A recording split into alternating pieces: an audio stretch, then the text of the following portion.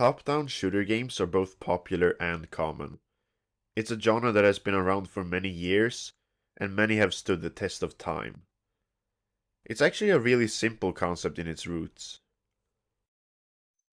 All these games really consist of is a player with a projectile shooting weapon and an enemy.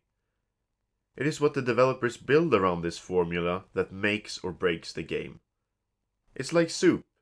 The base ingredient really is just water, which isn't very delicious on its own, but as you start adding things, it gets better. This is where most top-down shooters fall short. They're just water.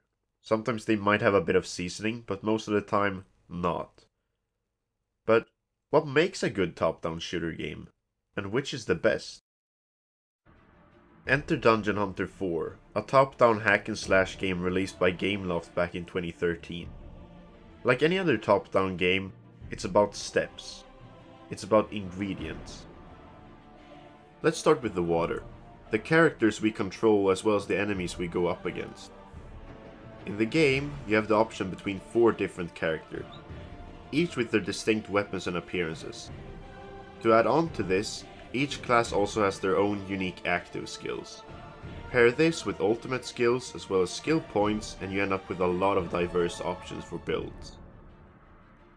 As for the enemies, there are a bunch of different types, altering between close range grunts, ranged enemies, healers, elite enemies as well as bosses, giving the game variety as well as difficulty.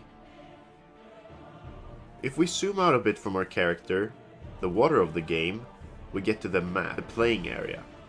Stretching throughout a pretty large game world, there's opportunities for a lot of different environments.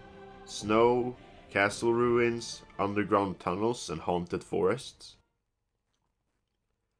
Pair all of this with an interesting campaign as well as an effective soundtrack, and you get Dungeon Hunter 4. One of the best top-down mobile games ever made.